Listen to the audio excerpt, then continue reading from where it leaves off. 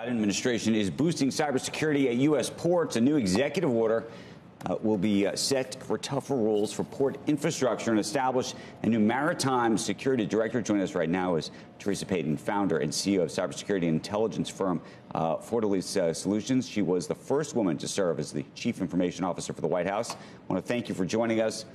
There have been lots of concerns about what kind of technology we've been using at the ports and, frankly, how secure they are. How secure are they?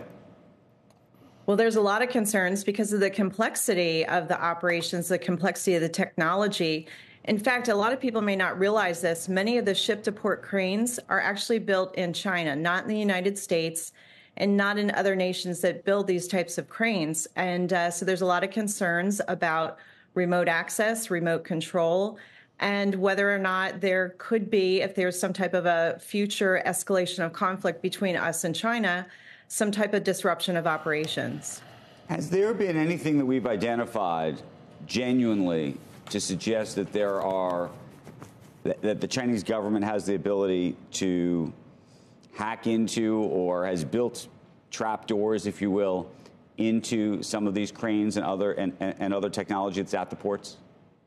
Yeah, I appreciate you asking this question. We do know that a Japanese port did have issues. What we also do know is that the FBI has done a very thoughtful research report and a report out by FBI Director Christopher Wray talking about sort of the near and present dangers. Obviously, what's known about sort of the Chinese capabilities here are not going to be shared with the general public because we don't want to tip our hand to other cyber criminal groups who want to, conduct mayhem on our port operations. But if FBI Christopher Wray, Director Wray, says that there's an issue, I'm going to listen to him and I'm going to take heed. What do you think more generally the security issues are at the ports right now? Are we spending enough money? Are we not spending enough money to secure our ports?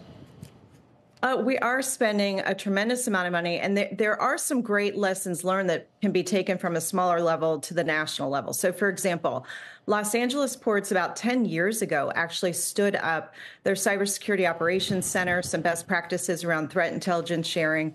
And so there's a lot of lessons learned there. I wish the news were better. As a world, we've been spending, there's an estimate from Cybercrime Magazine, we've been spending about $1.75 trillion over the last 5 years to protect all critical infrastructure, not just port infrastructure.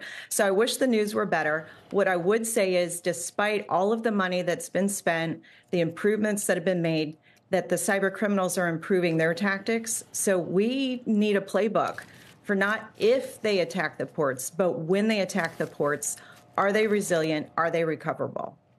And what's your answer to that today?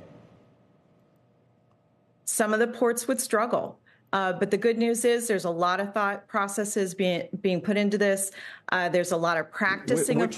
Which ports are most vulnerable?